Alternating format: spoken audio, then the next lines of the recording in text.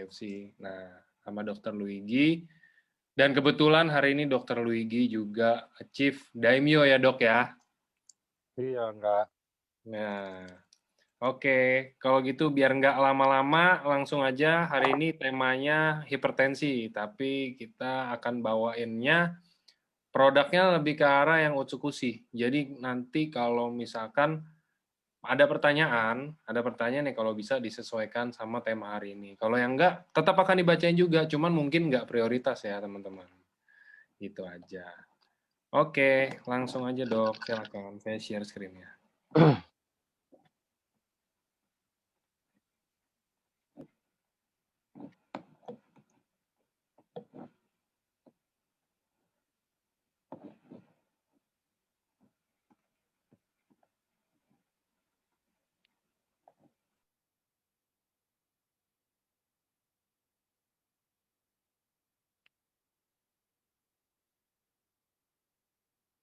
Oke, teman-teman, selamat tahun baru dulu. Mudah-mudahan semuanya tambah sehat dan tambah sukses ya. 2021 bikin afirmasi. Apakah kita pengen jadi Bushido, Shogun, tapi yang paling penting kita tentunya sehat dulu ya. Karena itu salah satunya kita bawain hipertensi ini karena sudah banyak orang yang mengalami ini ya. Biasanya ada yang esensial, ada yang dari kecil udah kena, ada yang juga sudah karena faktor usia. Jadi kita coba bahas secara ringan aja, bahasa awam, mudah-mudahan ada manfaat. Banyak yang tanya aku kenapa kok nggak pakai Subarasi, kan Subarasi ada anti hipertensi. Jadi sebenarnya kalau aku berpikirnya Utsukushi akan menjadi penunjang ya, penunjang untuk membantu apa yang sudah dilakukan oleh tubuh kita sendiri, obat-obat dokter, dan Subarasi, gitu ya teman-teman. Next.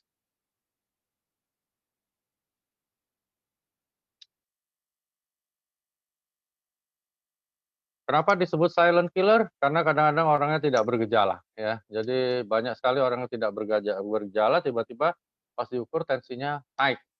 Nah, sehingga dia nggak tahu kalau dia sedang hipertensi ya. Dan tentunya hipertensi ini multifaktor. Jadi bukan hanya satu faktor aja tapi multifaktor. Karena itu lebih banyak disebut hipertensi ini esensial. Esensial itu memang dia tiba-tiba naik gitu ya. Entah kenapa nggak tahu. Ada faktor keturunan, diet, makan, iya. Tetapi esensial terjadi sehingga kita perlu jaga seluruh organ tubuh kita ini ibarat kata mesin mobil ya, satu unit mesin mobil kita jaga baik-baik supaya jangan sampai terjadi hal-hal yang tidak kita inginkan yang tidak bergejala. Kalau bergejala itu justru lebih aman karena kita buru-buru berobat gitu ya. Karena kalau enggak komplikasinya muncul wah repot gitu ya. Next.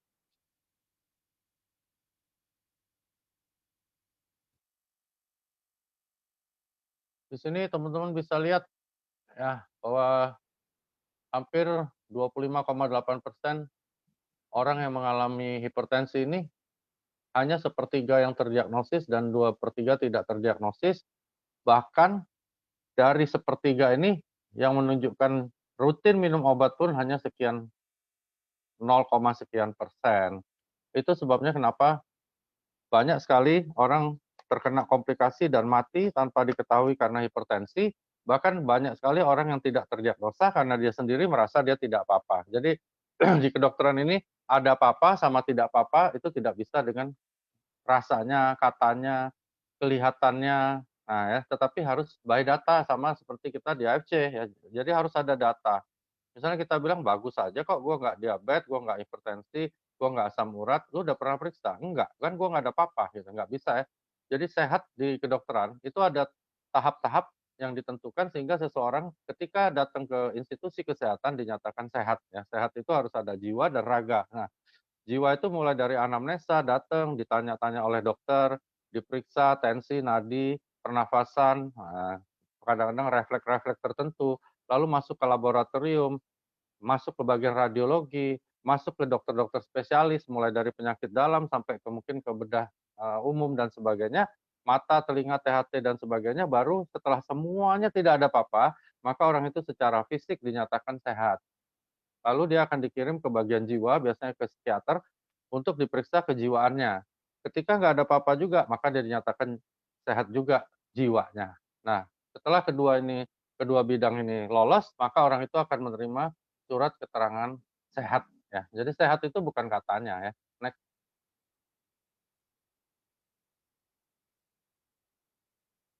Kenapa ya masalahnya ini jadi berat ya? Karena di WHO pun sudah dideteksi bahwa perkembangannya pesat. Logikanya kenapa pesat? Karena tadi, karena banyak orang yang malas periksa, banyak orang yang tidak pernah periksa bahkan seumur hidupnya, atau banyak orang yang merasa bahwa I am okay, gue nggak ada apa-apa, ngapain gue periksa, gitu ya. Jadi itu kata-kata yang berbahaya ya. Gue nggak ada apa-apa kok, ngapain gue periksa? Gue nggak ada apa-apa kok, kenapa gue harus minum SOP? Kenapa harus minum Subarasi? Kenapa harus minum Usukusi? Kenapa harus minum Lutein? Orang gue nggak ada apa-apa kok. Ingat, semua manusia selalu dibayang-bayangi oleh penuaan, ya. Seperti acara-acara pertamaku dulu bersama FC, semua orang dibayangi oleh penuaan. Nah, repotnya penuaannya beda-beda, ya. Jadi ketika penuaan itu sudah lengkap pada satu organ vital, Anda akan meninggal dunia. Nah, itu yang jadi masalah. Nah, penuaan ini nggak kasih kabar teman-teman ya, nggak kasih warning seperti alarm, lu udah gini loh, kan usia usia sel ginjal lu tinggal segini, nggak ada ya, nggak ada. Itu yang jadi masalah. Jadi penuaan adalah sesuatu yang mengejar Anda dan pasti Anda tertangkap. Ketika Anda tertangkapnya sudah lengkap, maka Anda meninggal dunia. Karena itu hati-hati ya teman-teman ya. Permasalahannya itu sebenarnya adalah kesadaran diri kita sendiri bahwa kita merasa kita baik-baik aja, kita oke-oke aja, gua nggak ada apa-apa, gua nggak pernah ada keluhan, gua nggak pernah sakit. Nah, gitu ya. Jadi sehat harus ditentukan by data. Karena itulah kami di kedokteran menganjurkan untuk check up 6 bulan sekali minimal ya. Mobil aja Anda rajin kan, aku aja kalau mobil rajin. Kadang-kadang oli belum 2.000 kilo aja udah cek dulu tanya montirnya, "Masih bagus nggak nih oli? Udah encer belum?" Gitu ya. Anda pernah nggak lakukan itu? Misalnya, ini tekanan darah gua bagus nggak ya? Kekentalan darah gua bagus nggak? Kencing gua bagus nggak? Nah, pernah nggak Anda lakukan itu? Kalau pernah berapa lama? Gitu. Jadi hati-hati ya teman-teman, itu sebenarnya permasalahan utama adalah kesadaran diri kita.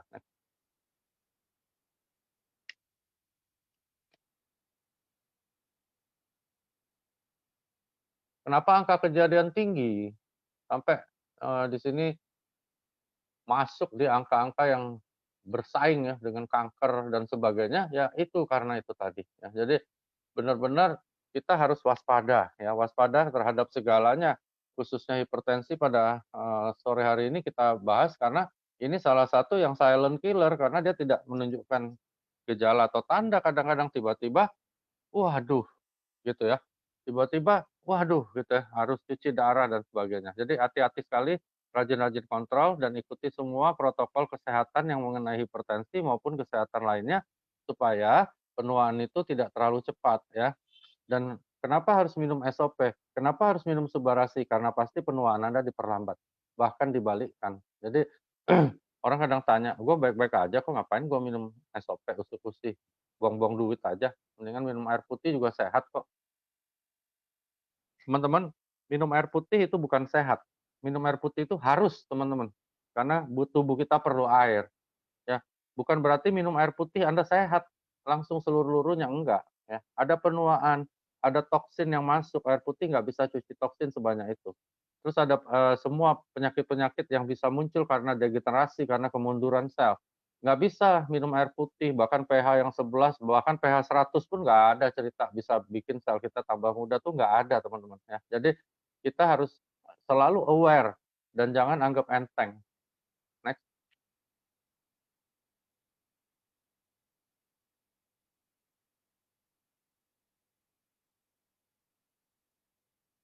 Ngeri ya kalau lihat 63 juta tuh ngeri sekali ya, hampir 33% emang dari penduduk kita.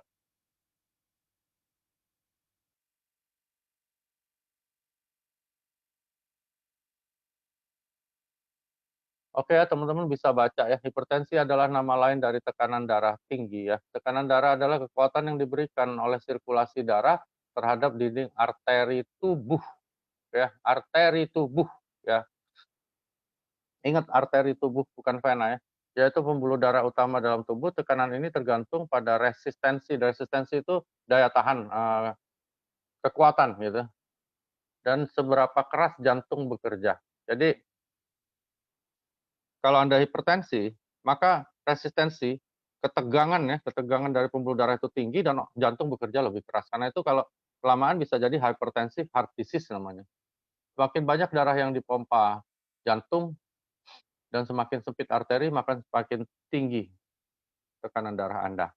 Nah, hasil tekanan darah kan ditulisnya 2 ya, teman-teman, mungkin pusing ya baca itu. Jadi kalau diukur tekanan diastolik dan sistolik. Diastolik itu atas, jadi kalau ditulis selalu di depan, misalnya 120/80. Maka 120 adalah tekanan, arteri, resistensi arteri di saat si pembuluh darah atau otot-otot jantung sedang relaksasi, sedang santai ya. Nah, waktu sedang aktif. Nah, sedangkan diastolik waktu dia lagi relaksasi. Makanya tekanan darah tinggi ketika terjadi di diastoliknya, di bawahnya ya 100 milimeter air raksa atau lebih itu jauh lebih ditakuti daripada yang atas walaupun dua-duanya berbahaya ya. Next. Makanya kita bagi ada hipertensi sistolik dan ada hipertensi diastolik. Usia biasanya memang naik. Jadi teman-teman ada istilah, oh kalau orang tua 140 itu normal, itu tidak benar sebenarnya ya. Tidak benar ya. Jadi ada batasan yang orang dibilang, oh ini hipertensi, bukan karena usia saja. Banyak konsumsi garam, gendut, memiliki keluarga dengan hipertensi, kurang makan buah dan sayuran, jarang berolahraga, minum terlalu banyak kopi. Nah, untungnya aku nggak suka kopi. Terus terlalu banyak mengkonsumsi minuman keras. Kalau dilihat-lihat ini, nomor 1 aku belum, nomor 2 iya, nomor 3 sedikit ada, nomor 3 ada, nomor 4 bener, nomor 5 udah jarang nih gua olahraga. Yang aku lakukan hanya 2 loh, tidak minum kopi dan tidak minum minuman keras. Jadi resikonya untuk aku pun tinggi, ya tidak rendah. Jadi hati-hati ya, dan ada namanya stres oksidatif itu artinya bahan-bahan yang benar-benar oksidatif ya, suatu hal yang benar-benar racun buat tubuh dari luar itu masuk, itu juga pengaruhnya besar sekali. Hati-hati ya teman-teman, boleh catat di kertas ini, kalau bisa kita coret-coret, nah maka faktor risiko akan turun, kemungkinan Anda kena hipertensi juga akan turun. Next. Hipertensi primer ini tidak diketahui, orangnya baik-baik aja, ginjalnya baik, hormonal baik, tiba-tiba dia naik. Itu namanya primer atau esensial. Sekunder ada penyebabnya, begitu ya. Next, nggak usah kita bahas terlalu dalam. Yang paling sering sakit kepala, tapi bukan berarti orang sakit kepala hipertensi. Ya, banyak utang juga bisa sakit kepala, teman-teman. Lemas, masalah dalam penglihatan, nyeri dada karena memang jantungnya capek ya, sesak napas, aritmia, dan adanya darah dalam urin karena adanya kerusakan kapiler di sana. Ini salah satu tanda dan gejala yang keluar ya. Next. Tekanan darah yang normal. Oke. Tekanan darah yang di atas harus di bawah 120 atau sama dengan 120. Bahkan sekarang prehipertensi. Waduh, 120 aja udah prehipertensi. Aku aja udah di sini loh, antara 120 ke 139. Ngeri ya. Terus hipertensi tingkat 1, yaitu sistoliknya 140 sampai 159, dan tingkat 2 adalah di atas 160. Biasanya kalau sudah di atas 160, ya kita sebutnya sudah maligna. Begitu juga yang diastolik, harusnya di bawah 80, aku pun di atas 80 loh, udah di atas antara 80, 89 ini. Lalu 90 ke 99 itu udah, derajat udah mungkin boleh dibilang ringan menuju sedang, di atas 100 sudah disebut cukup berat, dan kalau di atas 100 milimeter air raksa, maka kita sebutnya sudah bahaya atau maligna. Next.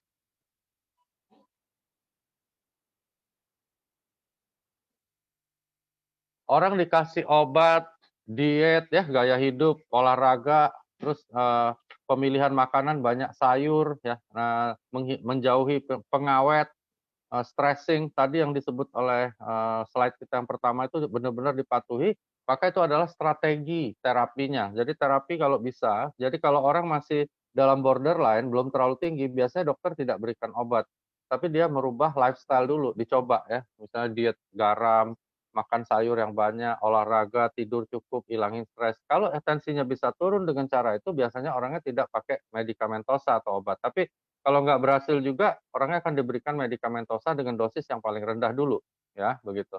Nah, pada kelompok-kelompok yang seperti itu, teman-teman bisa coba berikan produk kita, ya, baik subah maupun Utsukushi. Jadi benar-benar akan sangat membantu di awal-awal ketika orang itu masih di borderline. Next.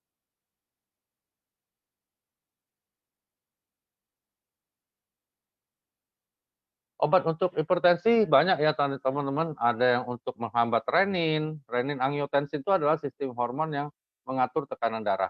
Ada yang diberikan melebarkan pembuluh darah, ada juga obat diuretik, namanya dibuang cairan tubuh kita, diberikan supaya membantu penurunan dari tekanan darah ya. Jadi ini beberapa golongan obat yang biasanya dipakai di medikamentosa kedokteran untuk melawan hipertensi. Next.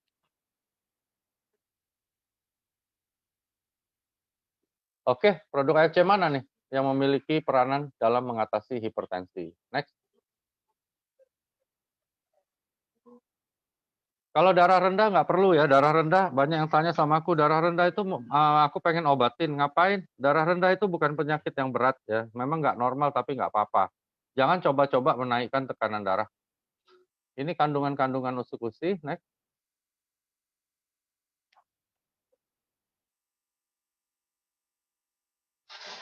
Jadi, secara tidak langsung ya teman-teman ya, jadi kita mencoba membahas ingredients ini supaya teman-teman sedikit lebih tahu, tapi tolong jangan dibahas dengan orang lain karena nanti Anda bisa diserang.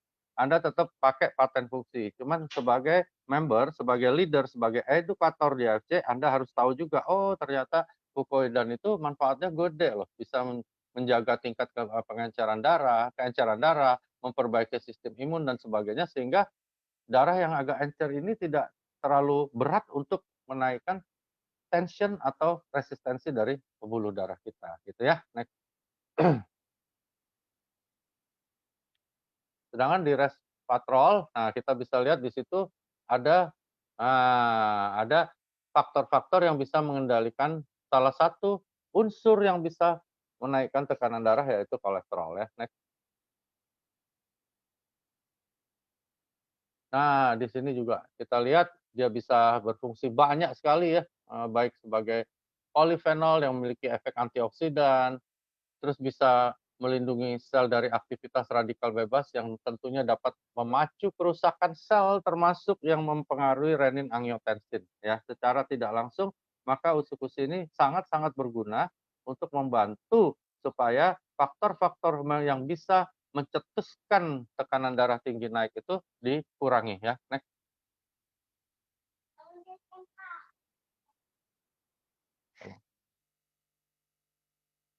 Nah, di sini ada salah satu uji klinis, teman-teman nanti bisa baca ya supaya hemat waktunya karena ini terlalu dalam nanti. Next. Ada glutathione. Nah, teman-teman bisa lihat di situ, kalau aku melihatnya yang bagus adalah detoksifikasi dan dapat membantu menjaga kesehatan pencernaan ya, karena pencernaan yang baik akan membantu semua fungsi tubuh kita juga akan baik. Faktor-faktor yang bisa mencetuskan naiknya tekanan darah juga akan dibuang melalui usus dan itu akan menurunkan resiko. Jadi lebih bersifat preventif, pencegahan terhadap terjadinya suatu hypertension ya. Nah,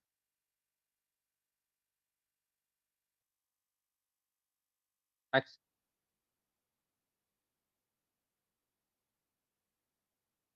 Ya, lewatin aja, Kak.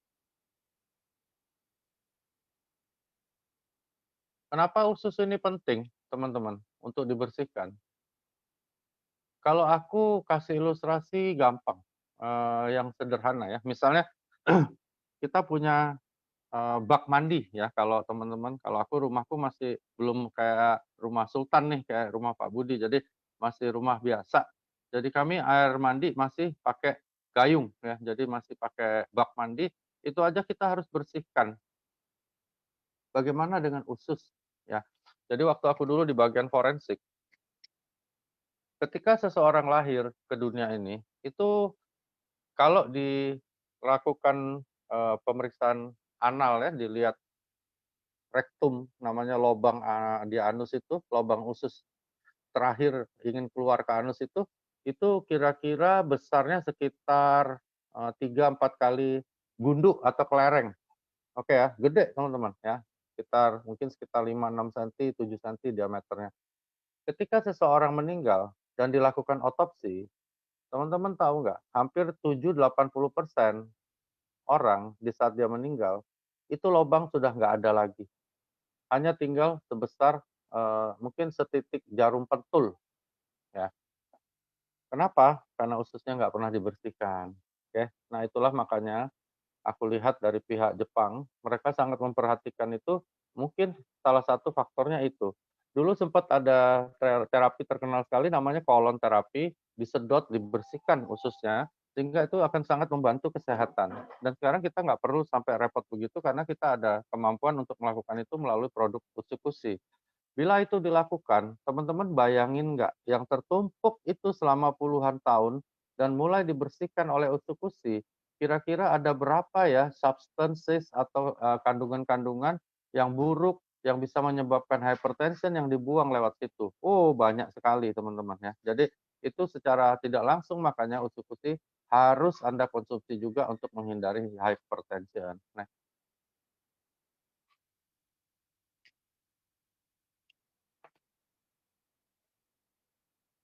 the effect of probiotics supplementation on blood pressure. A systemic review ini suatu analisa ya, suatu uji klinis yang bagus sehingga dianggap bahwa probiotik ini secara tidak langsung menjadi suatu suplemen untuk menjaga kestabilan tekanan darah ya, intinya seperti itu ya. Next.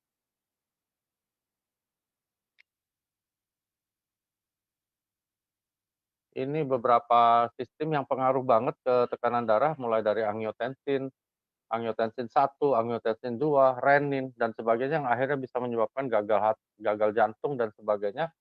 Ada ACE inhibitor, aku rasa nggak perlu kita bahas ya sore ini untuk anak kedokteran sih perlu. Next.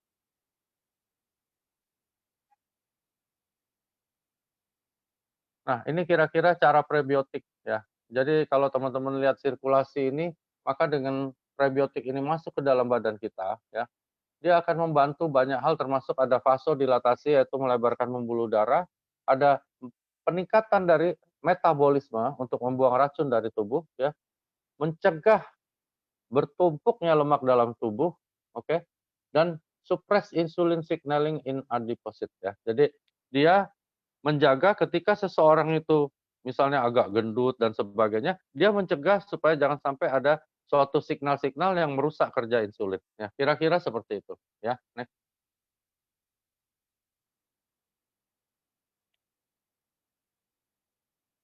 Ada yang tanya, kenapa bahas Utsukushi sedangkan paten yang bagus untuk Subarashi? Ini juga yang aku tanyakan ke Angga, dan setelah aku baca data-data dari Angga, justru AFC ini ingin memberitahu pada Anda bahwa Utsukushi selain paten-paten yang sudah dikeluarkan, ternyata memiliki beberapa kandungan yang sangat-sangat berguna, ya, yang sangat-sangat berguna untuk membantu tubuh kita menstabilkan tekanan darah, ya. Jadi bukan paten, tetapi ini, misalnya teman-teman dorong mobil, ada satu orang seperti Hercules, wah badannya gede, sudah bisa dorong, ya. Tapi mobilnya misalnya tronton, kira-kira kalau dibantu lagi sama 10 orang berguna nggak?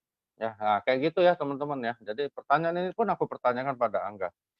Ya, karena Subarashi teman-teman sudah tahu itu anti hipertensi, tapi ternyata di dalam Usukushi ada loh yang berguna juga loh untuk bantu Anda supaya jangan sampai terjadi hipertensi. Wah, begitu. Jadi bukan berarti Subarashi ini dipatenkan Usukushi dipatenkan untuk hipertensi bukan, tetapi seperti aku kasih ilustrasi tadi, ada seseorang dorong mobil tronton dan dibantu oleh orang lain. Nah, orang lain itulah yang ada di dalam Usukushi. Gitu ya. Next. Teman-teman yang baru pertama kali ikut ingat ya, yang namanya sop Subarashi ini adalah penyempurnaan dari Salmon Ovari Peptide 100 Plus dan dia ada sardine peptide serta tomat peptide ya. Jadi ini adalah suatu triple peptide yang luar biasa ya. Kalau aku memang merasa Subarashi ini cocok banget. Ada yang nggak cocok loh dok, lebih cocok SOP loh dok dan sebagainya. Ya itu Aku nggak bisa jawab ya, karena teman-teman di dunia kedokteran ini ada yang namanya nyaman, ada yang namanya sudah jatuh cinta pada produk tertentu ya. Nah, tetapi teman-teman, coba kita mulai bikin suatu mindset untuk berdasarkan data ya. Jadi semua yang ada di SOP sudah disampaikan, ada juga di Subarasi, tetapi ditambah dengan sardin peptide dan tomat peptide, sehingga dia punya antihipertensi dan mencegah agregasi trombosit, ya. Next. Ada juga yang tanya, bahaya nggak ya minum Subarasi ini ya? Nanti tekanannya normal jadi turun, jadi mati orangnya, pingsan, Dok. Jadi gini, antihipertensi bukan berarti menurunkan tekanan darah di saat darahnya normal. Ya, antihipertensi itu ketika tekanan darah kita melampaui batas normal, maka dia mulai bekerja untuk membantu. Begitu ya. Jadi kalau orangnya normal nggak diganggu teman-teman ya. Next. Dan satu lagi aku ingetin sama teman-teman, banyak yang suka tanya juga ya, bahwa mendapatkan paten fungsi itu susah loh teman-teman ya. Paten fungsi lain dengan paten merek. Nah, jadi jangan salah kaprah, apalagi AFC kan sibuk diserang terus gitu ya. Jadi ada aja yang cerita jelek tentang AFC ya, padahal produknya jauh lebih jelek gitu ya. Tapi biasanya gitu, orang jelek kadang-kadang suka jelekin orang ganteng kan, suka jelekin orang cantik. Nah, jadi kalau orang menjelek-jelekan kita, udah biarin aja ya. Jadi biarin aja, yang penting kita bilang ini ada patennya. Kalau Bapak nggak percaya, Ibu nggak percaya, ya nggak apa-apa ya. Ini juga saran dari aku, tiap hari ada ratusan sih orang WA aku, bahkan kadang bisa tembus 1.000 lebih aku udah dapat WA. Orang kadang-kadang tanya, "Dok, kenapa ya? Aku yakinin orang kok nggak percaya ya? Ada dokter juga nggak percaya loh. Aku tiap kali datang dimarahin. Aku tanya sama dokter Wigi, aku jawab lagi dimarahin lagi, datang lagi dimarahin lagi." Aku bilang, "Bu, yang aku tanya justru sebaliknya. Ibu bolak-balik datang ke dokter itu berusaha meyakinkan dia tentang AFC buat apaan?" Gitu ya, buat apaan? Ya teman-teman ingat ya, ada orang yang nggak percaya bahwa matahari terbit di timur, ya nggak apa-apa, gitu ya teman-teman ya. Jadi jangan Anda terus berusaha meyakinkan benang basah, menegakkan benang basah. Ini tips aja, baik secara medis, baik secara bisnis. Percuma ya teman-teman. Kadang-kadang aku dapat satu kasus, akhirnya setelah dipaksa terus untuk percaya, ada seseorang temanku di Palembang, dia percaya ya. Dan akhirnya dikasihlah ke ibunya. Ibunya ini kebetulan pernah stroke, oke, dan sekarang sudah agak sehat. Begitu dia minum produk kita dulu masih SOP, 3 hari, ibunya meninggal dunia, teman-teman, oke ya. Dan akhirnya, ini yang orang terpaksa percaya ini, ngamuk besar, mau lapor polisi dan sebagainya. Ya, ini pengalaman buruk yang aku ingatkan pada teman-teman. Jangan paksa orang untuk percaya dengan AFC, oke ya. Kita bukan orang yang intimidatif ya, bukan MLM yang radikal, yang memaksa orang untuk percaya, bukan. Ya, aku dipesankan oleh Pak Ernest, Pak Niko, Pak Michael, kita harus mendidik. Ingat teman-teman, mendidik. Mendidik itu kayak apa? Kayak sekarang aku lagi ngobrol sama teman-teman. Aku nggak paksa teman-teman untuk percaya sama aku juga nggak paksa teman-teman untuk percaya dengan AFC, enggak. Tapi aku memberitahu teman-teman bagaimana cara mengedukasi orang lain dengan bahasa awam. Pakai bahasa kedokteran juga puyeng teman-teman. Ya, aku aja puyeng kalau kuliah, gimana kalian mau dengerin bahasa kedokteran? Nah, begitu juga meyakinkan orang, ya. Bagaimana sih dok cara meyakinkan orang yang paling baik? Banyak yang tanya begitu teman-teman setiap hari. Aku bilang cara meyakinkan orang yang baik adalah dengan cara menceritakan apa yang kita yakin. Oke, teman-teman? Cara meyakinkan orang yang baik adalah dengan menceritakan sejujur-jujurnya, setulus-tulusnya pada dia apa yang kita yakin. Itu aja. Nah, sekarang teman-teman yakinnya sampai mana? Mengertinya sampai mana? Ya gitu. Jadi kalau misalnya ada paten fungsi yang teman-teman belum ngerti, teman-teman boleh buka Google. Atau belum ngerti juga, teman-teman boleh tanya aku. Kalau aku nggak ngerti pun, aku akan tanya kepada manajemen. Kalau manajemen nggak mengerti pun, mungkin akan tanya kepada dokter-dokter yang ada di AFC Pusat. Seperti itu. Jadi konsultasikan juga setelah Anda yakini ya. Atau dibalik, konsultasikan dulu baru Anda yakini dan ceritakan pada orang lain.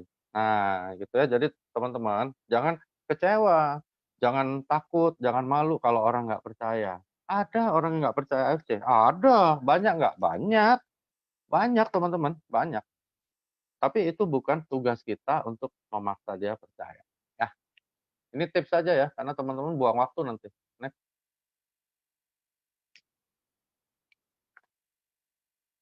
Untuk teman-teman yang sering tanya tentang paten fungsi, yang tanya jurnal, yang tanya uji klinis, aku sampai ketemu satu leader dari MLM lain yang meyakini bahwa produk dia dengan ARPH tinggi bisa menyembuhkan kanker dan sebagainya. Dan dia bilang, kami ada uji klinisnya, ada beberapa pasien minum produk kami, kankernya hilang. Bagaimana AFC kok hanya berdasarkan paten fungsi? Kalau kami berdasarkan uji klinis. Uji klinis lebih hebat daripada paten fungsi. Karena kalau ada 5 orang sembuh kanker, berarti uji klinis itu menunjukkan produk itu berguna untuk semua orang penderita kanker. Itu menurut dokter-dokter kami. Dokter-dokter kami nggak kayak dokter Wigi, dokter kami lulusan luar negeri, dari Australia, dari Jepang, dari Rusia, dari mana. Aku bilang dokter beneran apa dokter hewan? Ini yang dibicarain apa? Aku bilang. Kok bisa-bisanya bilang uji klinis jauh lebih tinggi dibandingkan paten fungsi. Yang bilang siapa? Jadi bilang dokter lebih lebih pintar dari Anda. Oh ya udahlah. Aku bilang ya selamat jalan deh, goodbye. Kalau aku nggak pernah dengar sih, aku bilang kayak begitu. Mungkin lain apa mungkin dokternya kuliah di planet Mars ya, atau di mana aku nggak tahu. Cuman kalau aku berkata seperti ini, uji klinis adalah tahapan menuju dikeluarkannya paten fungsi. Oke, itu aja. Jadi nggak ada namanya paten fungsi kalah sama uji klinis. Gimana cerita? Aku bilang lu gila. Ada 5 orang kebetulan minum produk kita dan kankernya dinyatakan sembuh atau gula darahnya dinyatakan turun, lalu kita langsung bilang bahwa kita punya ini bisa nyembuhin kanker. Wow, aku bilang gila. Ya itulah kadang-kadang edukasi di tempat lain nggak bener ya teman-teman. Sudah benar-benar pasang kacamata kuda, nggak berpikir jernih lagi, ya, dan akhirnya membabi buta. Ya, kami medical expert, mudah-mudahan ya semua sejawatku juga, baik Dr. Trevino, Dr. Wijaya, dan sebagainya, Dr. Ngurah, Dr. Armin, Dr. Yudi, kami semua memang tidak dibiasakan, tidak dibolehkan, dan tidak dianjurkan untuk overclaim, hanya untuk memaksa kalian percaya dan beli AFC punya produk. Enggak, ya. Aku nggak akan pernah lakukan itu, ya. Jadi jangan juga teman-teman di lapangan seperti itu, ya. Tetap menjadi edukator yang baik, tetap menjadi orang yang humble ya. Nanti suatu saat kan teman-teman juga jadi seperti kami ya, jadi Bushido, mungkin double Bushido atau apa. Jangan karena itu kita merasa bahwa kita lebih hebat, enggak. Dimanapun posisi teman-teman nanti, teman-teman tetap menjadi edukator yang baik, ya. Jadi tetap berdasarkan data. AFC menang di mana teman-teman? Omset timku sekarang itu lebih dari 8,5 M setiap hari. Ya. Kenapa bisa begitu teman-teman? Kalau aku yakin pertama karena kita jujur. Mulai dari CEO-nya, mulai dari co-CEO, mulai dari Pak Niko, mulai dari Angga, semua orang AFC jujur. Jujur itu nggak enak kalau jawabannya memang tidak sesuai diharapkan, tapi nggak apa-apa. Orang akan bilang, oh Angga tadi cerita bener loh. Nah, lebih baik begitu ya, daripada suatu hari dia bilang, bangsat nih dokter Wiki nih, bohong ini. Nah, gitu ya teman-teman, jadi edukasilah dengan baik. Tahukah Anda bahwa fruit fly adalah scientific breakthrough yang diekstrak dari selaput yang mengelilingi biji dari tomat matang pilihan. Dan ini kalau aku nggak salah dengar ini dari Inggris. Karena itu ini satu-satunya kerjasama dengan Inggris. Ya. Jadi ini luar biasa ya. Jadi membantu menormalkan trombosit yang agresif. Jadi trombosit agresif gimana ya? Ilustrasinya gini teman-teman. Kayak sekarang lagi COVID nih. Kita nggak boleh ngumpul. Oke ya. Nah, produk ini punya paten fungsi kayak Satpol PP, kayak tentara, kayak polisi yang membubarkan kerumunan. Seperti itu gambarannya ya. Oke. Jadi bukan mencegah terjadinya pembekuan darah, bukan loh. Tetapi dia mencegah supaya si trombosit ini nggak ngumpul-ngumpul gitu ya teman-teman. Itu ya gambaran awamnya seperti itu. Next.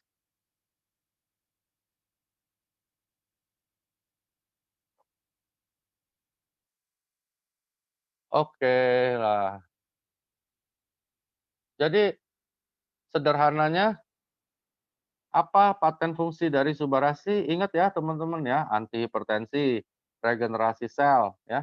Terus ada skin improvement juga ada yang namanya anti agregasi trombosit, itu artinya mencegah mereka berkumpul dan menjadi bekuan yang tidak normal, bukan mencegah pembekuan darah. Oke ya, next.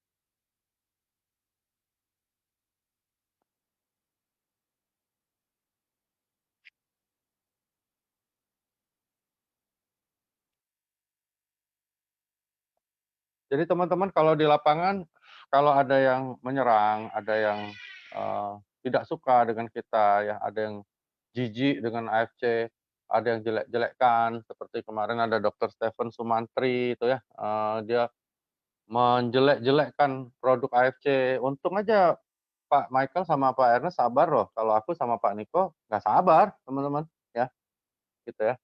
Itu dokter satu menurut aku sudah melanggar hukum ya. Dia bikin di IG-nya atau di mana aku nggak tahu, Angga mungkin lebih tahu tentang menjelek-jelekan produk kita. Ngawur itu dokter gila itu. Nggak benar itu. Nggak boleh kayak begitu ya. Jadi kita jadi dokter seperti almarhum papiku juga dokter bilang jangan arogan. Aku nggak lebih hebat dari kalian dalam hal apapun kok. Aku manusia yang sama, lahir sama, ya, mata dua, kaki dua, semua sama, hanya kebetulan aku waktu kuliah masuk di fakultas kedokteran, dan aku jadi dokter. Kalau teman-teman masuk di fakultas teknik ya jadi ST, seperti itu aja. Ada dokter-dokter, mudah-mudahan ada sejawat juga yang lagi dengar, kita bukan satu makhluk yang kastanya lebih tinggi dari orang lain. Bukan loh, ya. Papiku memberitahu itu dari aku masih kecil. Jadi sebagai dokter, tugas kita apa? Lakukan aja sumpah Anda, ya. Jadi jangan nganar-nganar bahasa Palembang ya, melebar sana melebar sini. Aku terus terang gemes banget ini sama Dokter Stephen Sumantri ini ya. Bikin di IG-nya bilang produk kita berbahaya, bisa bikin orang autoimun tambah berbahaya, celaka. Ada itu ratusan member yang tanya sama aku dan sampai hari ini ada yang masih tanya ya. Dan aku harus jawab ya.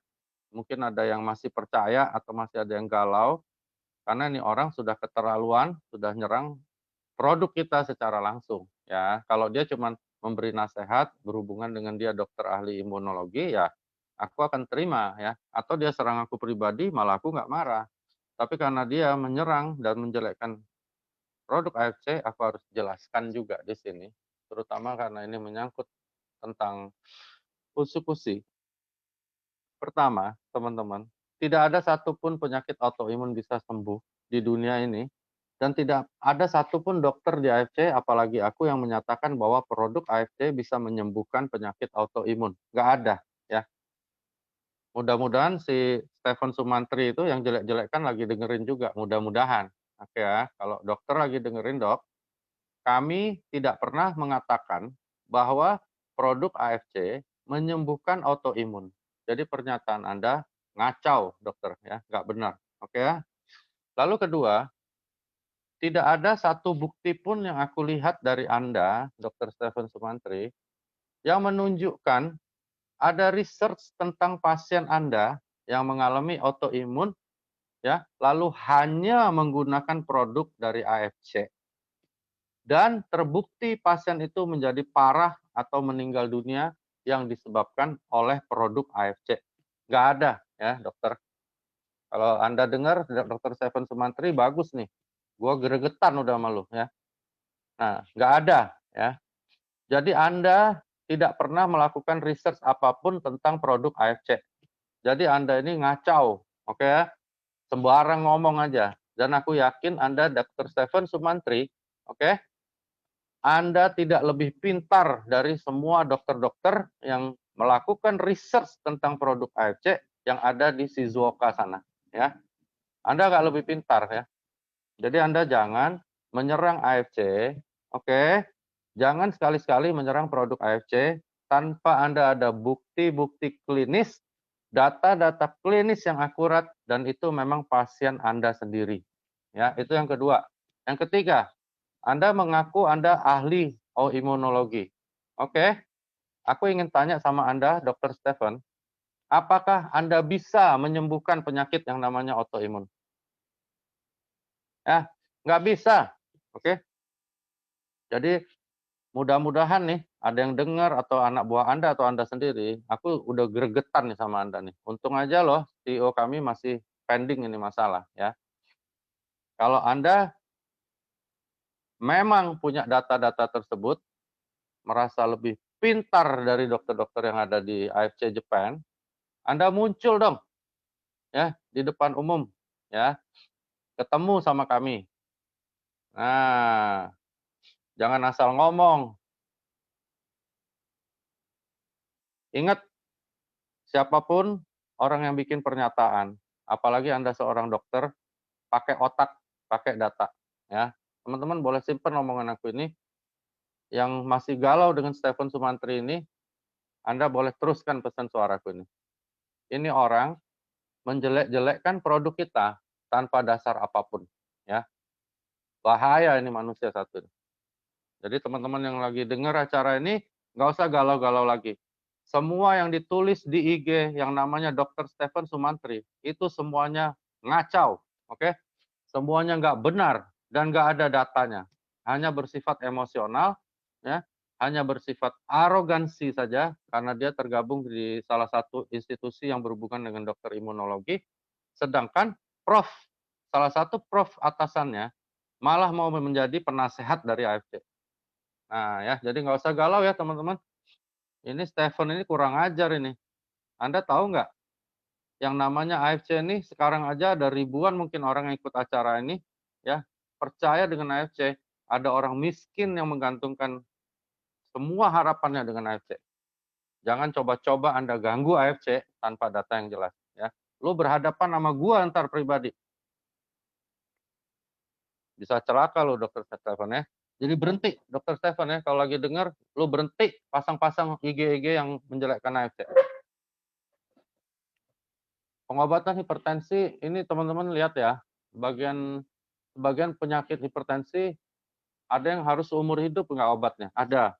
Ada beberapa leader kita ya, termasuk kalau aku boleh izin, mohon maaf kalau aku salah, aku izin, istrinya Pak Budi Darwin, istrinya Pak Yohanes Chi, makanya mereka sekarang bayangin tuh, jadi Busido bahkan Daimyo tercepat jauh lebih cepat dari aku, karena mereka merasakan sendiri manfaat produk kita, di mana kasus-kasus yang dialamin oleh nyonya-nyonyanya sangat-sangat membaik, sampai kalau aku nggak salah sudah lepas obat ya. Tapi apakah semua orang bisa lepas obat dari hipertensi? Tidak, oke. Ada yang perlu seumur hidup, ada yang tidak. Jadi hipertensi ini unik, unik ya. Tapi aku lihat Subarasi sangat sangat sangat bagus ya, bisa bantu mengendalikan tekanan darah. Lalu gimana tekniknya?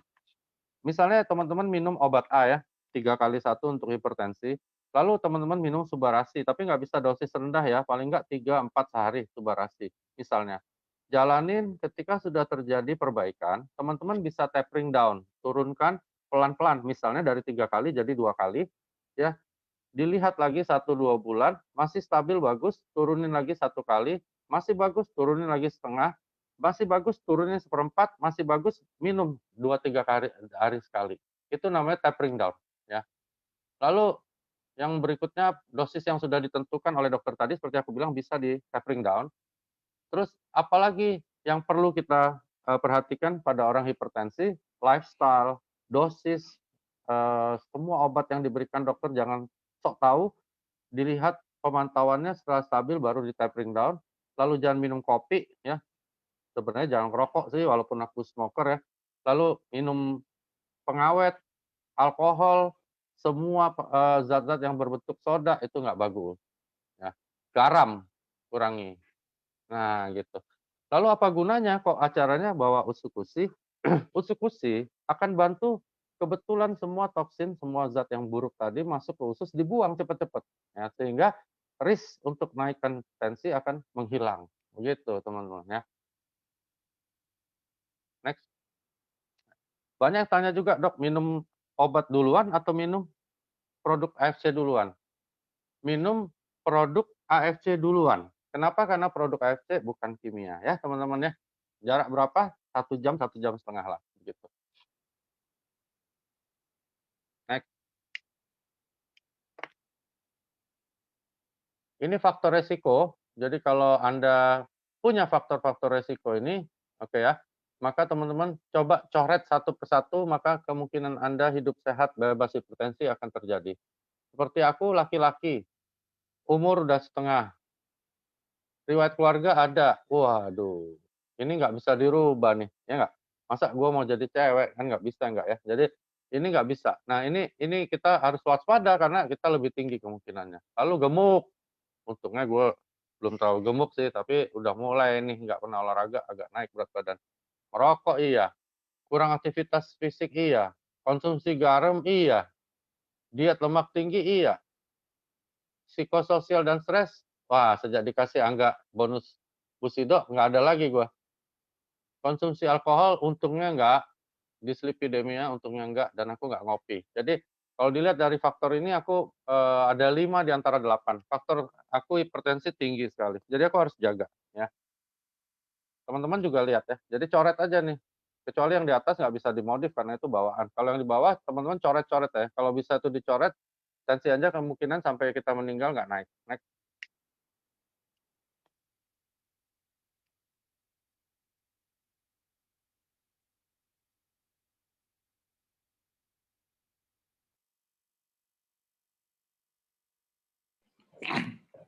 Oke, Dok. Ini sekarang kita masuk ke tanya jawab berarti ya. Sorry ya, kebawa emosi dikit karena aku gemes banget nih sama Stephen Sumantri ini. Nggak apa-apa, Dok. Banyak yang gemes Karena katanya. ini sampai hari ini masih banyak yang tanya nggak, jadi ya gimana? Banyak yang gemes, Dok, tadi di chat juga tuh. Enggak, aku juga udah cari, Kak. Aku udah pernah dapet dulu waktu SOP baru keluar, dia jelekin SOP, katanya bisa bikin jerawat jadi kanker, macam-macam. Jadi aku minta teleponnya, ditelepon, diblok telepon kita. Susah. Mungkin bukan dokter kali ya, dokter gadungan kali. Jarain aja, kenapa jadi susah? Gemes aku. Gue juga gemes, cuman katanya Pak Michael sama Pak Ernest nggak tega. Iya. Nasib Oke. baik lu, Stephen Sumantri. Kalau lagi denger lu nasib baik lu. Tapi sepandai-pandai supaya melompat satu hari pasti kena. Oke, kita quick Q&A aja ya, Dok, Yuk. hari ini. Oke. Hmm.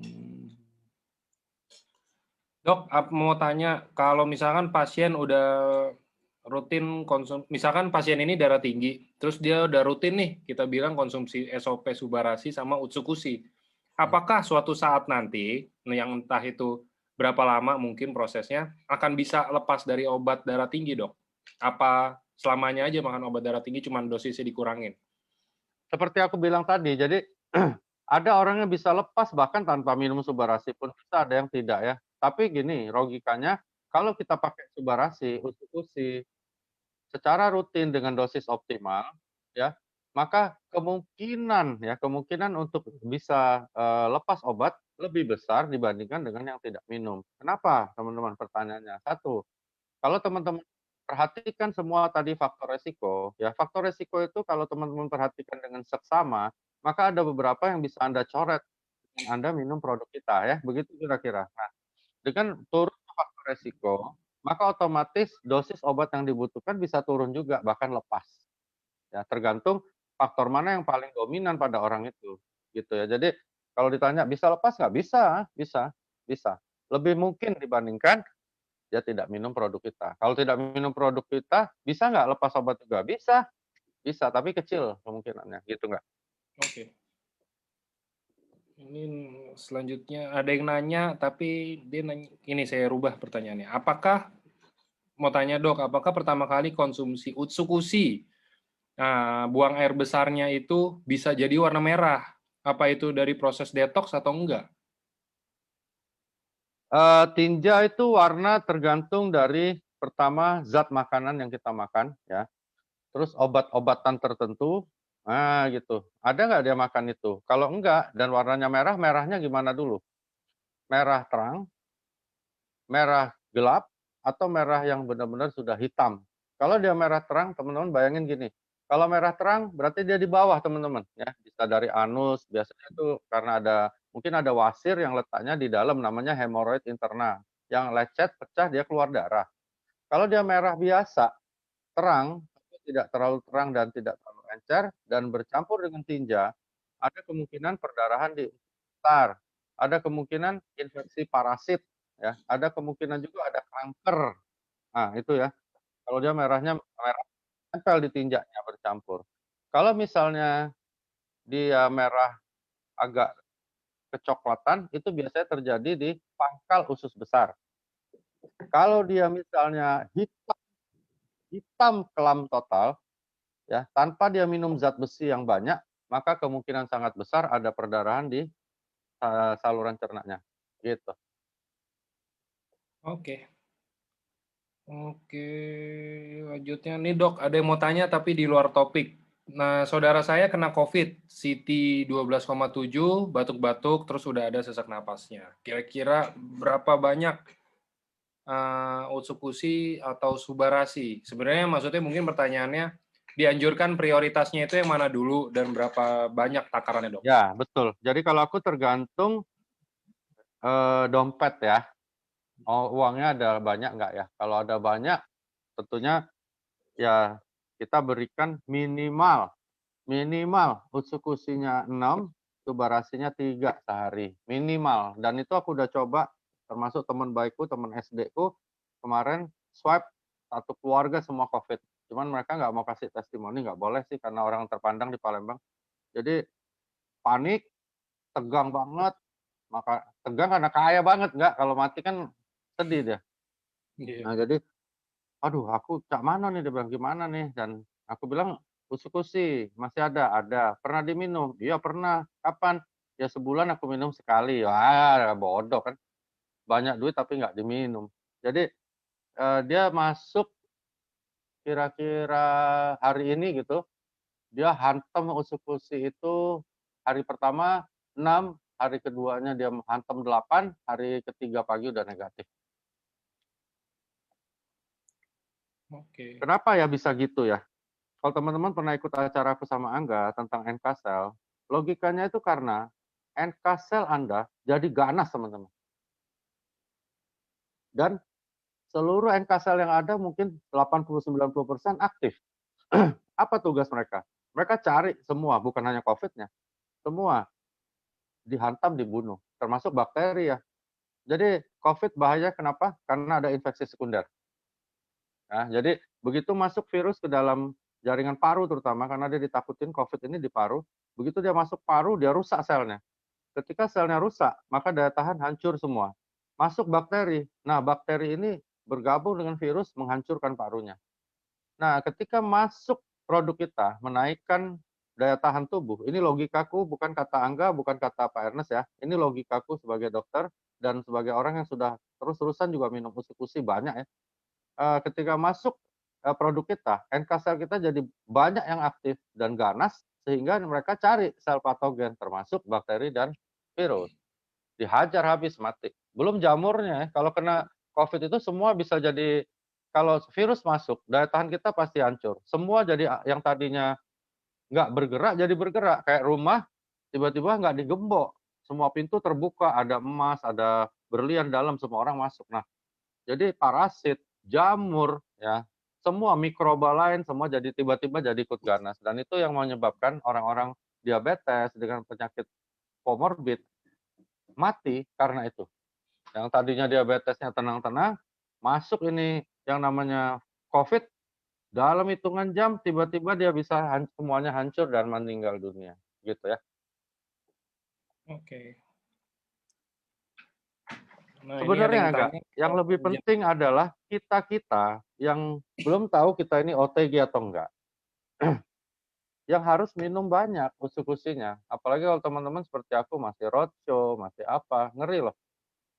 Jadi satu-satunya cara jaga imun tubuh. Karena itu aku yakin banget bahwa usuk-usi memang paten fungsinya imun activating agent.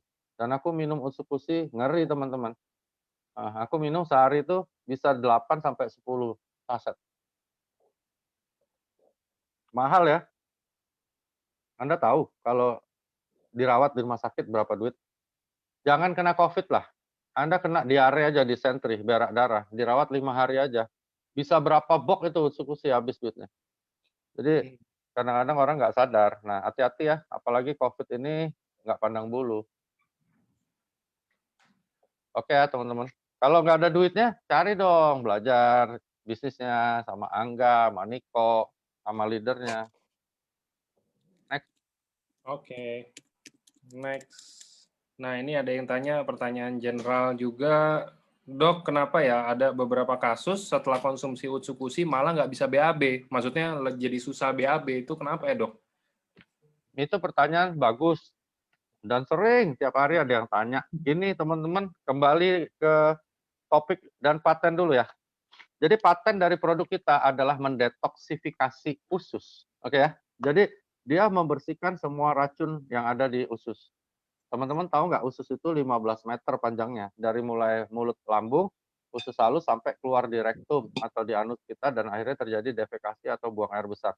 Nah, 15 meter, teman-teman aku tanya balik sama yang minum. Kapan terakhir Anda merawat usus Anda? Itu pertanyaan aku dulu. Jadi kalau misalnya nggak pernah dirawat teman-teman, ya, lalu masuk usuk-usi 10 box pun belum tentu Anda bisa buang air besarnya lancar. Usuk-usi bukan melancarkan buang air besar, tetapi usuk-usi pasti melakukan detoks terhadap ususnya. Ya, jadi sabar-sabar aja ya. Jadi bukan berarti minum usu, minum SOP, wah langsung beraknya lancar. Nggak gitu teman-teman ya. Ada boxnya teman-teman sering baca ya, kalau kebanyakan minum ada efek laksatif. Gitu ya. Jadi efek laksatif adalah efek yang disebut mempermudah terjadinya buang air besar ya. Jadi bukan bahaya itu ya. Next. Oke.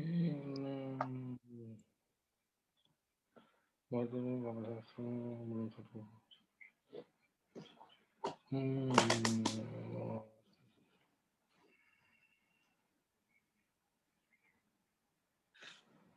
10 menit ya enggak? Sorry karena aku ada mau table talk di Palembang. Iya, oke dok. Makanya kalau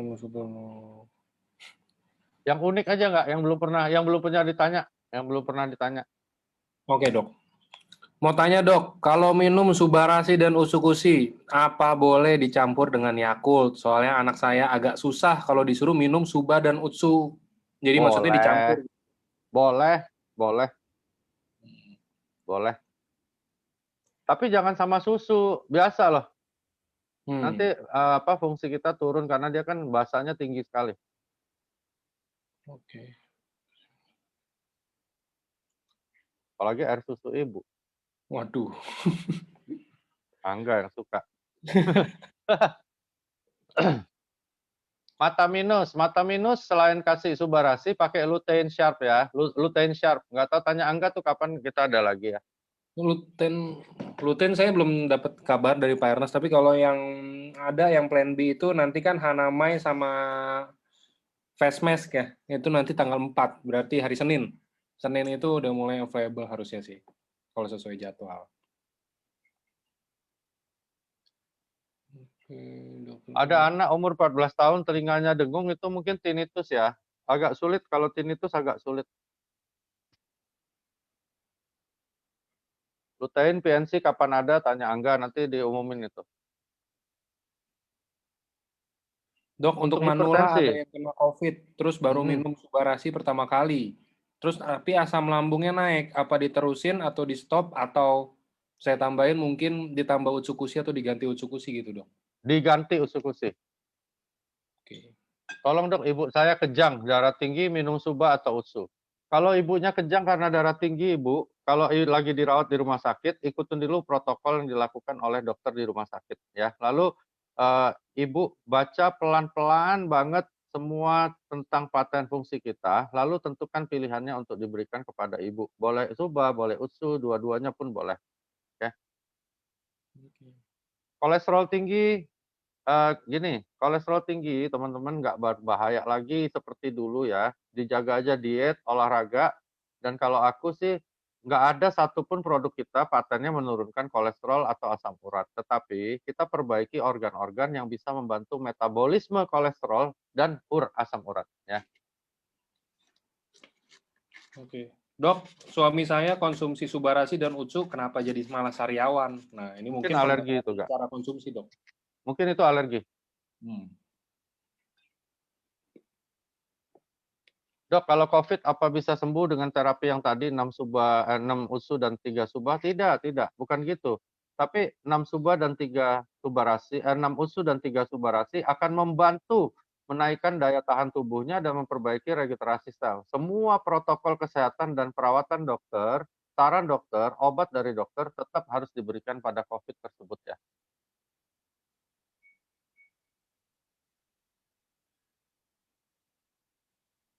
Hipertensi 150/95, saran aku sih Subarasi 2 aja cukup, perbaiki lifestyle, oke.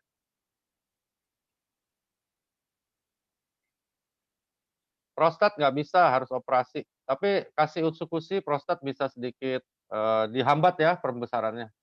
Yang terbaca aku jawab ya enggak? Biar mereka nggak penasaran. Hmm. Kalau ada yang takut-takut karena dibilang antibodi kita dihambat dan sebagainya, kita edukasi ulang pasiennya ya. Ingat seperti aku bilang tadi, edukasi ya teman-teman. Apalagi dia lagi COVID, pasang ventilator, jangan kita paksa. Niat baik bisa jadi bumerang kalau kita salah penyampaiannya. Oke, Dok, ada yang tanya, gimana kalau sakit hipertensi paru primer? Muka, jari, perut, dan kakinya bengkak. Jantungnya juga sudah bengkak karena hipertensi. Terus perut begah kalau konsumsi Subarasi dan Utsukushi. Mahnya jadi kerasa sakit, saturasi rendah, dan nggak bisa tidur. Aduh, Ini serba salah ya, nggak harusnya minum Subarasi. Tapi kalau dia mahnya rentan, coba makan nasi dulu, kenyangin perut, terus masukin bawah lidah. Itu satu-satunya cara. Pakai Subarasi ya, 4 saset sehari. Oke. Tadi aku terbaca ada yang minum Utsukushi kok sesak. Menurut aku mungkin lambungnya nggak tahan ya. Coba seperti tadi juga makan nasi dulu yang kenyang, terus bisa nggak masukin suba atau usunya lewat bawah lidah ya, karena itu akan lebih minim yang melalui lambung dia. Masuknya kan lewat di bawah lidah. Dok, ada anak usia 31, oh udah bukan anak sih. Dok, ada orang usia 31 tahun matanya kena katarak. Apakah bisa dibantu dengan Subarasi atau Utsukushi, Dok? Atau harus Bantu, operasi? sebenarnya harus operasi, cuman kita bisa cegah supaya kataraknya jangan tambah berat dan akhirnya buta ya. Kita cepat-cepat kasih lutein ditambah dengan Subarasi. 4 Subarasi, lutein 1 botol aja cukup sehari. Oke. Semua hipertensi teman-teman langsung hajar pakai Subarasi. Ada yang tanya tadi, langsung 8 saset sehari, bisa mati nggak? Bahaya nggak? Jawabannya tidak ada bahaya sama sekali. Produk kita tidak mungkin ada bahayanya, teman-teman. Sekali lagi aku ingetin, produk kita dari AFC Life Science tidak mungkin ada bahayanya. Kenapa? Asal ngomong aja nih dokter nih. Oh, aku semua berdasarkan data. Satu, pabrik kita non chemical, bukan kimia, ya. Jadi nggak mungkin ada bahayanya. Kedua, Balai POM sudah keluarin izin bukan obat, tetapi makanan kesehatan. Anda minum banyak-banyak, paling-paling mencret. Paling sial cuman mencret, teman-teman. Next. Oke. Dok, apakah ibu menyusui boleh konsumsi Subarasi dan Utsu? Karena ada bayinya yang 4 bulan ini kena COVID, tapi si ibunya ini negatif, Dok. Waduh, kok Jadi bisa kayak ya? bayinya yang kena, terus mau Kalau dikasih aku saran gini, kalau aku saran di swab ulang dua-duanya dulu. Nah, produk kita aman nggak untuk bayinya, ibunya aman, nggak ada pengaruh. Aku justru perhatikan kondisi yang tadi. Kalau nggak bolak-balik nanti, ibunya kena, anaknya kena lagi, kan lagi nyusui. Jadi saran aku dua-duanya di swab ulang. Kalau emang dua-duanya kena atau salah satu kena, maka isolasi mandiri dua-duanya. Ada yang tanya, ini aku jawab ya, karena penting ya, karena teman-temanku ada beberapa kena COVID juga. Apa yang harus dilakukan orang yang melakukan isolasi mandiri, itu banyak sekali protokolnya, tapi yang pasti satu adalah Anda benar-benar isolasi. Ya, isolasi dalam arti kata tidak ketemu siapapun, oke, tidak menemui siapapun. Nah, di rumah apa yang harus dijaga? Pertama aman. Aman itu artinya Anda jaga supaya semua kondisi aman, tidak menularkan pada orang lain. Ya kan? Lalu imun naikkanlah imunitasnya. Usukusi 6, subarasinya 3, vitamin C. Vitamin C yang aku tahu di Satgas anjurkan 2000 mili per hari, ya. Lalu diberikan azitromisin. Azitromisin itu antibiotik, mereknya banyak. Azitromisin itu diminum 1000 mili sehari. Lalu boleh ditambah beberapa hal lain yang menaikkan imunitas, makan buah-buahan yang banyak, ya tetap berolahraga, berjemur, ya. Makan makanan yang enak-enak, ya lupain dulu deh kolesterol dan sebagainya. Makan yang enak-enak supaya gizi Anda bagus. Dan terakhir tentunya adalah psychological, berpikir bahwa COVID bisa disembuhkan.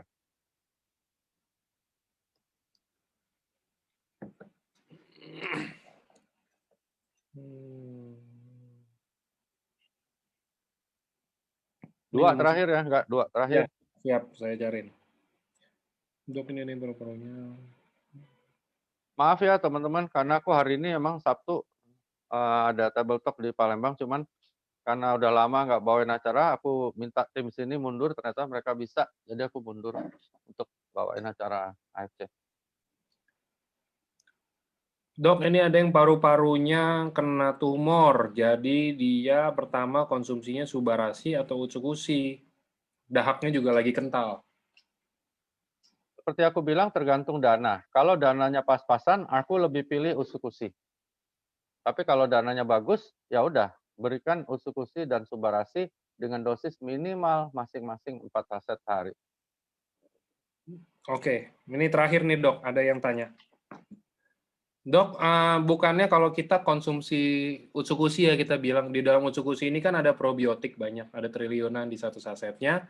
Kalau misalkan dibarengin, bukan dibarengin lah, misalkan kita konsumsi Utsukushi pagi, tapi sorenya kita konsumsi obat. Nah, ada yang bilang katanya obat itu kan antibiotik. Antibiotik itu emang benar apa bisa membunuh probiotik, dok?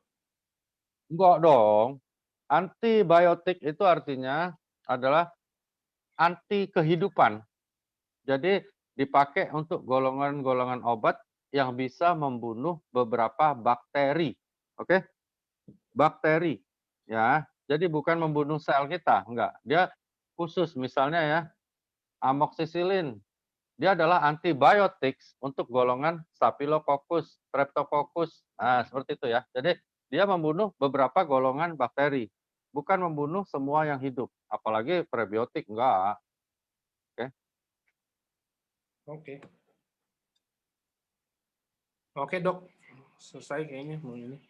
Ya, terima kasih ya enggak. Sorry ya, aku Nggak enggak apa-apa. bisa terlalu lama hari ini karena ada yang berikutnya aku harus Oke. temuin untuk table talk. Siap, nggak apa-apa. Ini juga, sorry teman-teman buat yang mungkin belum bisa kebaca-kebaca pertanyaannya. Jadi acaranya saya tutup sampai sini. Thank you buat Dr. Luigi, thank you buat teman-teman semua yang Sama-sama. udah. Yang belum terjawab bisa hubungi leadernya atau ke Angga atau ke bagian manajemen, titip aja pertanyaannya lewat WA, aku akan jawab pas aku lagi luangan waktu. Selamat tahun baru, sukses semua, mudah-mudahan semuanya bisa nyusul aku, nyusul Pak Budi Darwin, bahkan bisa ngalahin aku, ngalahin Pak Budi Darwin. Thank you Angga, udah banyak bantu aku, banyak bantu timku. Siap, Dok. Happy New Year, semangat Happy baru New ya Year. teman-teman. Jangan lupa acara GBK, Nah, ini dia. apa namanya, Geraha Bung Karno tuh ya, Gelora Bung Karno, 85.000 orang. Bukopin, Dok. Oh, di Bukopin? Itu Surabaya. Gelora Bung Karno, Senayan, tahun ini harusnya di akhir ya. Oh, sesuai 85.000 jadwal. orang ya teman-teman, dan aku yakin di sana banyak sekali Toreda, banyak sekali Ronin, banyak sekali samurai. Jadi berusaha jangan jadi samurai ya, jadi shogun. Sebab nanti kalau Oke. difoto sama Angga nggak kelihatan teman-teman. Siap kalau gitu. Thank you, Dokter Ya, selamat Luigi. sore. Mohon maaf Thank you, ya nggak teman-teman bisa semua. terlalu Selamat lama. sore. Happy New Year, sukses selalu. Dadah. Happy New Year, happy weekend semua.